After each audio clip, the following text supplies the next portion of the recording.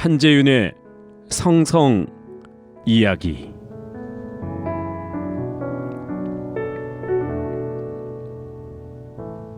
사랑합니다. 저는 함께 있으면 좋은 목사 성성 이야기의 한재윤입니다.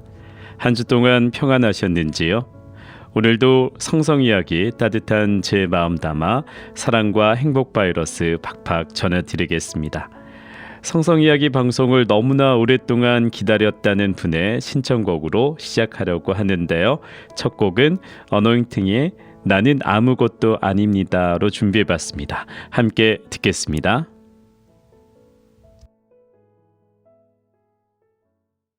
나는 아무것도 아닙니다. 주님의 사랑이 없으면 나는 아무것도 모릅니다.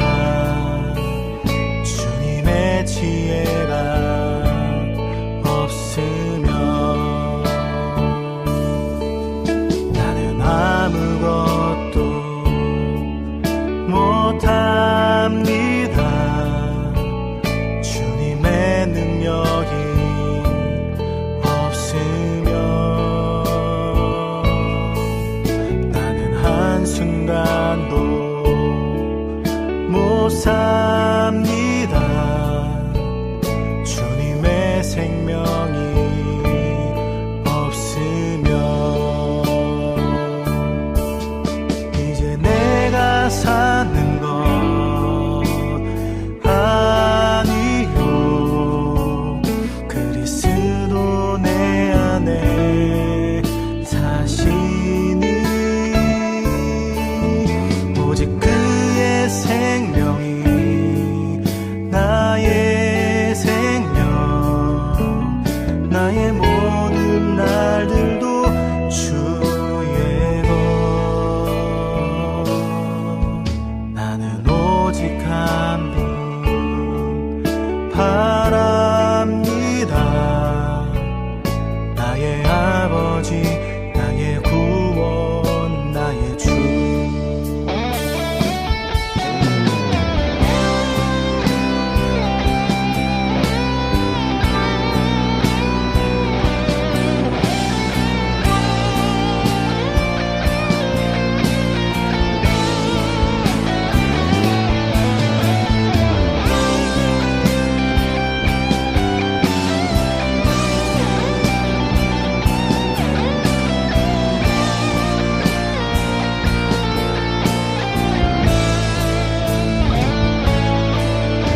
이제 내가 사는 것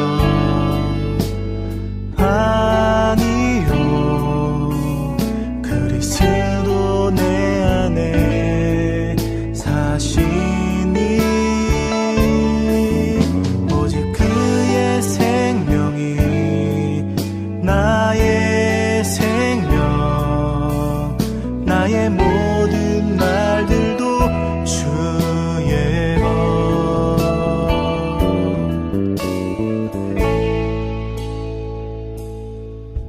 나는 오직 한 분 바랍니다. 나의 아버지, 나의 구원, 나의 주.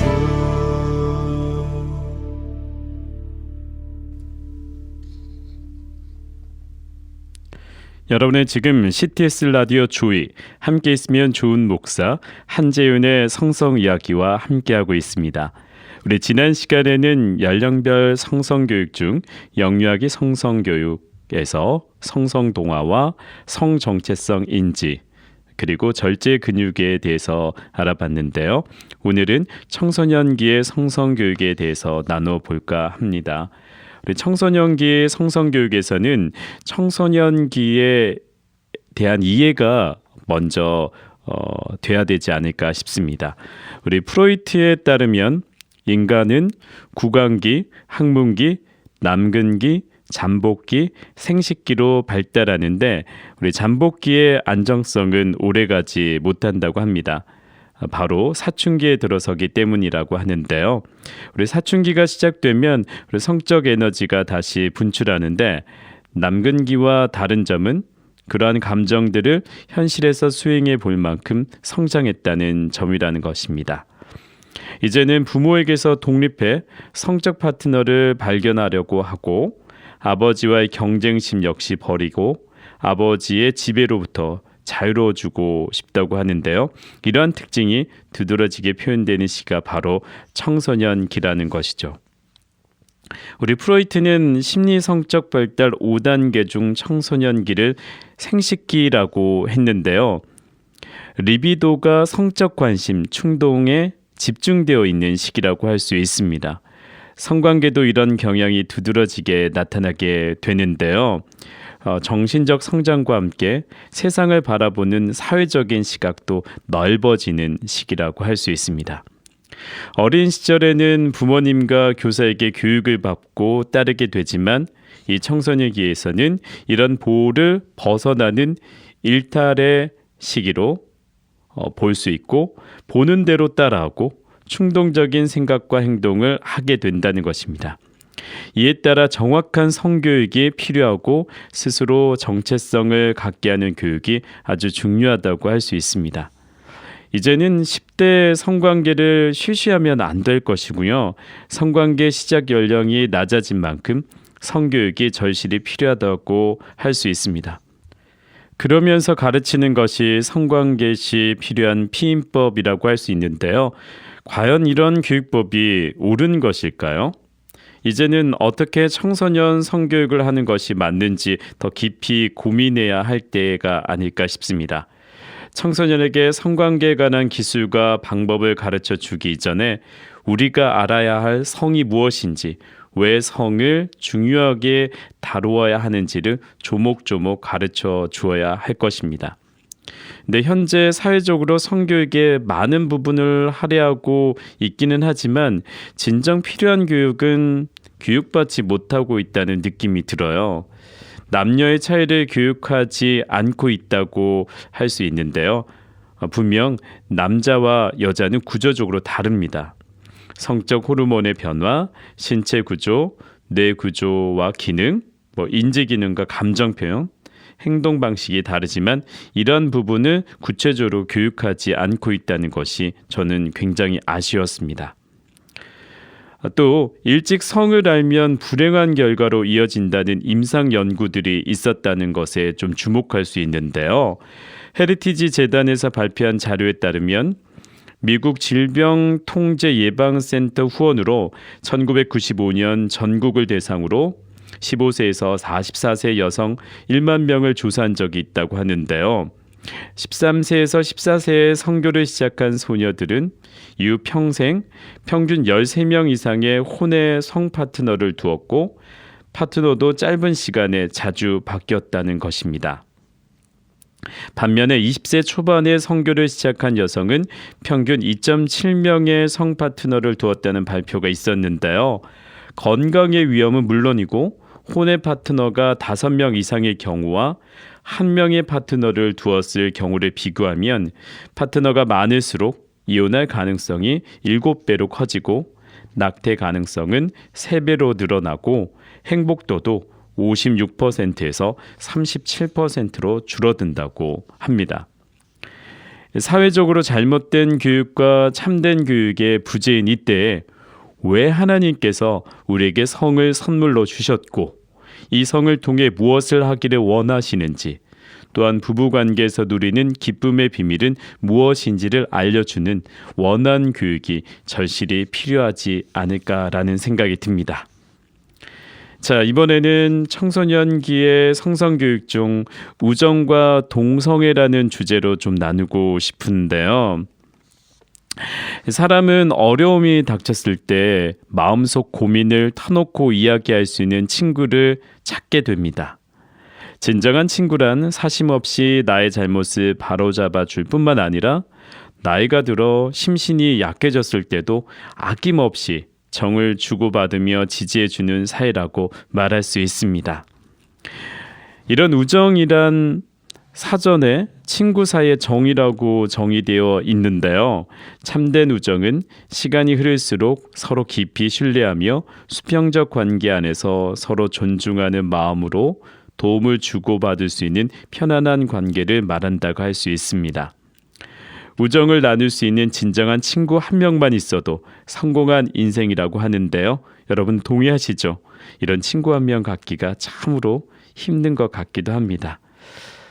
자, 그렇기에 우리의 인생에서 이런 우정은 아주 특별하고도 소중한 것 같습니다. 특히 청소년기의 친구는 그 어떤 시기보다 가장 소중한 존재라고 할 수 있는데요. 청소년기의 친구 수는 자신이 가치 있고 주목받으며 사랑받고 있는 존재라는 것을 증명하기도 합니다.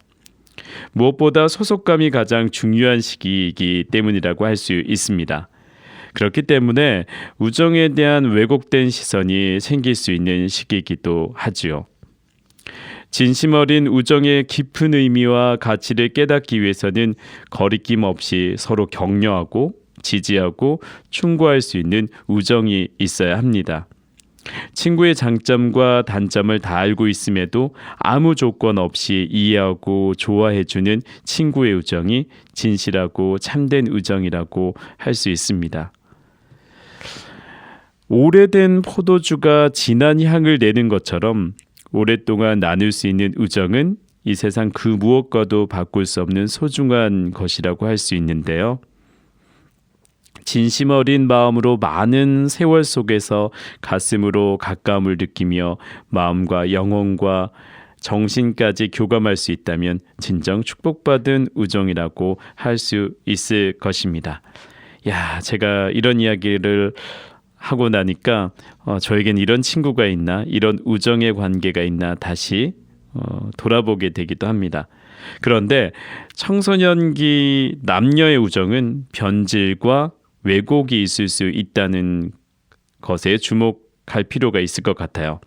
어느 정도 서로의 마음을 알고 나누었을 때 육체적인 관계를 거절하는 것이 쉬울까요? 쉽지 않을까요? 쉽지 않습니다. 여자친구는 자신을 허용할 때 관계를 지속할 수 있고 거절하면 버림받게 될 것이라는 두려움에 거절하지 못하게 되는데요. 그런데 이 관계를 지속하는 것은 절대 좋은 방법이 아닌 것 같습니다. 서로를 지키는 것이 더욱 건강한 관계를 이어갈 수 있는 방법임을 우리는 교육해야 합니다. 친구와 진심 어린 정을 주고받는 아름다운 우정이 왜곡된 또 하나의 형태로 나타나는 것이 바로 동성애라고 할 수도 있습니다. 최근 우리 사회의 동성애를 바라보는 다양한 인식이 생겨나고 있는데요.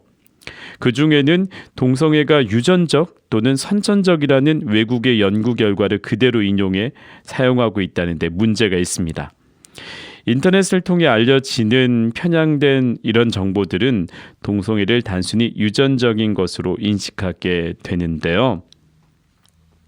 동성애는 사회학적으로 같은 성별을 지닌 사람들이 감정적, 성적 끌림으로 성관계를 맺는 것을 말한다고 할 수 있습니다. 동성애는 LGBT라고 부르기도 하는데 남성 동성애자를 게이, 여성 동성애자를 레즈비언, 그리고 양성애자와 성전환자로 이렇게 나눌 수 있습니다. 이러한 양상을 총칭해서 우리는 성적 지향이라고 부르기도 하는데요. 이런 같은 성을 가진 친구 사이의 정을 넘어 감정적, 성적 끌림으로 육체적 결합을 하는 것은 우리 성경은 분명히 죄라고 지적합니다. 레위기 18장 22절의 말씀을 보면요, 너는 여자와 동침함 같이 남자와 동침하지 말라. 이는 가증한 일이니라 라고 말씀하고 있습니다. 또한 레위기 20장 13절 말씀에 보면 누구든지 여인과 동침하듯 남자와 동침하면 둘 다 가증한 일을 행함인즉 반드시 죽일지니 자기의 피가 자기에게로 돌아가리라 라고 말씀하고 있습니다. 또 로마서 1장 26절에서 27절까지의 말씀을 보면요, 이 때문에 하나님께서 그들을 부끄러운 욕심에 내버려 두셨으니 곧 그들의 여자들도 순리대로 쓸 것을 바꾸어 영리로 쓰며 그와 같이 남자들도 순리대로 여자 쓰기를 버리고 서로 향하여 음욕이 부릴 듯하며 남자가 남자와 더불어 부끄러운 일을 행하여 그들의 그릇됨에 상당한 보응을 그들 자신이 받았느니라 라고 말씀하고 있습니다. 그리고 고린도전서 6장 9절에서 10절까지의 말씀을 보면 불의한 자가 하나님의 나라를 유업으로 받지 못할 줄을 알지 못하느냐 미혹을 받지 말라 음행하는 자나 우상 숭배하는 자나 간음하는 자나 탐색하는 자나 남색하는 자나 도적이나 탐욕을 부리는 자나 술 취하는 자나 모욕하는 자나 속여 빼앗는 자들은 하나님의 나라를 유업으로 받지 못하리니라고 말씀하고 있습니다. 자, 하나님은 동성애를 그러면 왜 그렇게 싫어하고 저주하셨을까요? 우리 인류 역사는 태초에 에덴 동산에서 시작되었지요. 하나님께서는 에덴 동산에서 남자와 여자를 창조하시고 그들이 창조되던 날에 그들에게 복을 주시고 이르시되 그들의 이름을 사람이라 일컬으셨더라라고 분명하게 결혼의 모형을 보여주었다는 것이죠. 결혼에 대한 하나님의 기준은 한 남자와 한 여자가 결혼에 결합하는 것이라는 것입니다. 창세기에 하나님이 자기 형상 곧 하나님의 형상대로 사람을 창조하시되 남자와 여자를 창조하시고 하나님이 그들에게 복을 주시며 하나님이 그들에게 이르시되 생육하고 번성하여 땅에 충만하라 땅을 정복하라고 명령하셨습니다. 분명한 것은 하나님께서 인간에게 주신 성이 인간의 쾌락적 도구나 문화 생활의 일부가 아니라 인류 생명 창조 사역에 위대한 목적이 있다는 것입니다. 그래서 결혼의 의미는 남녀가 결합해서 자녀를 낳되 많이 낳아서 이 땅에 하나님의 거룩한 형상을 닮은 자를 충만하게 하라는 명령이 담겨 있다는 것이죠. 그런데 동성끼리의 결혼을 통한 육체적 결합으로는 자녀 생산이 되지 않습니다. 그렇기 때문에 하나님의 창조 계획 실현에 역행하게 되기에 저주까지 하신 것이라고 할 수 있습니다. 동성애를 찬성하는 측에서는 인간에게는 사랑하는 사람과 결혼할 권리가 있음을 주장하는데요. 그리고 인간의 평등권을 주장하면서 동성 부부도 이성 부부와 동등한 권리를 누릴 자격이 있다고 주장합니다. 그 외에도 차별금지 원칙을 주장하면서 성적 지향을 이유로 차별받으면 안 된다고 주장합니다. 근데 이들의 주장처럼 성적 지향을 존중하는 제도로 간다면 결혼의 중요성이 약화되어 책임감 없이 이혼이 만연하게 되지 않을까 싶습니다. 결혼이 별것 아니고 내 마음에 들지 않으면 언제든지 파기할 수 있는 것으로 생각하게 되겠죠. 그럼에도 이들은 이를 관철시키려 온갖 정치적 수단과 방법을 가리지 않고 공격적으로 행동하고도 있습니다. 그러나 이러한 일들로 미래의 세대가 치러야 할 대가가 엄청나다는 것을 우리는 잊어서는 안 되겠습니다. 동성애를 반대하는 측에서는 사전적 의미와 종교적, 전통적 근거를 들고 있는데요. 사전적 의미는 결혼은 남녀 간에 하는 것이라는 거 분명하게 정의되었다는 것을 이야기합니다. 또 종교적 교리나 종교적 신념, 특히 기독교에서는 누구든지 여인과 교합하든 남자와 교합하면 둘 다 가증한 일을 행함인즉 반드시 죽일지니라는 레위기 20장 13절 말씀과 너는 여자와 교합함 같이 남자와 교합하지 말라 이는 가증한 일이니라 라고 하는 레위기 18장 22절의 말씀을 근거로 동성애를 반대하고 있습니다. 또한 구약 성경의 창세기와 사사기는 동성애가 초래하는 결과를 분명하게 보여준다고 할 수 있습니다. 네, 그렇기에 청소년기의 성성교육에서 우리는 동성애는 죄라는 것을 교육할 필요가 있겠습니다. 그리고 우정을 넘어선 육체적 관계, 우리 감정적인 관계들은 위험할 수 있다라는 것을 반드시 또 알려줘야 되지 않을까 싶습니다. 자, 우리 오늘은 연령별 성성교육 중 청소년기의 성성교육, 그리고 우정과 동성애 관련된 부분을 얘기해 봤는데요. 우리 다음 시간에서는 계속적으로 청소년기의 성성교육에 대해서 좀 알아보려고 하는데요. 청소년 성성교육의 우리 주안점, 그리고 청소년들이 욕을 쓰지 않아야 하는 이유, 그리고 청소년기 성교육에서 필요한 3R 캠페인에 대해서 좀 더 나누어 볼까 합니다. 네, 함께 있으면 좋은 목사 한재윤의 성성 이야기 어떠셨나요? 앞으로도 여러분과 함께 만들어가는 따뜻한 사랑 이야기 계속되었으면 좋겠습니다. 마지막 곡은 주의 나라가 임할 때 들으며 성성 이야기 끝인사 드릴게요. 지금까지 작가 김지수, 진행에는 함께 있으면 좋은 목사 한재윤이었습니다. 사랑합니다. 그리고 고맙습니다.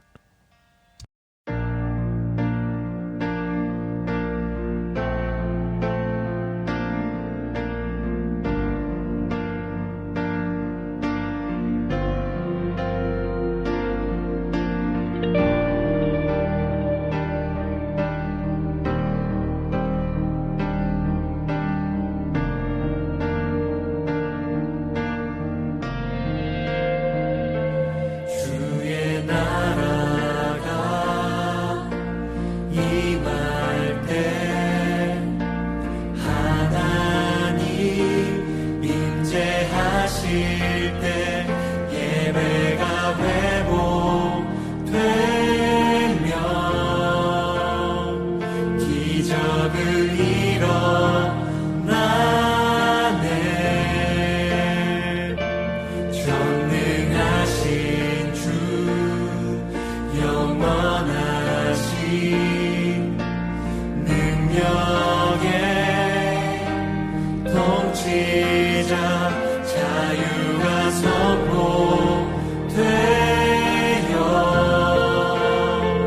주 백성 돌아오네.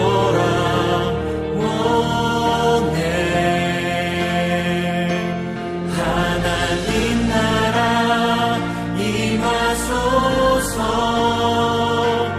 영광과 존귀 능력과 위엄 놀라운 사랑의 기적의 하나님 지금 이곳에 오소서.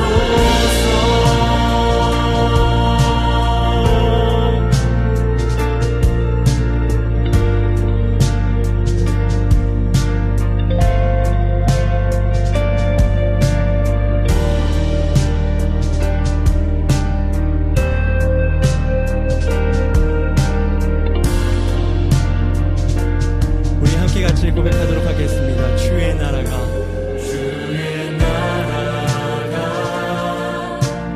임할 때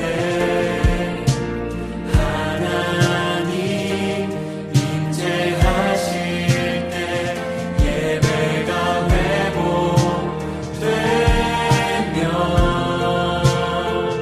기적은 일어나네.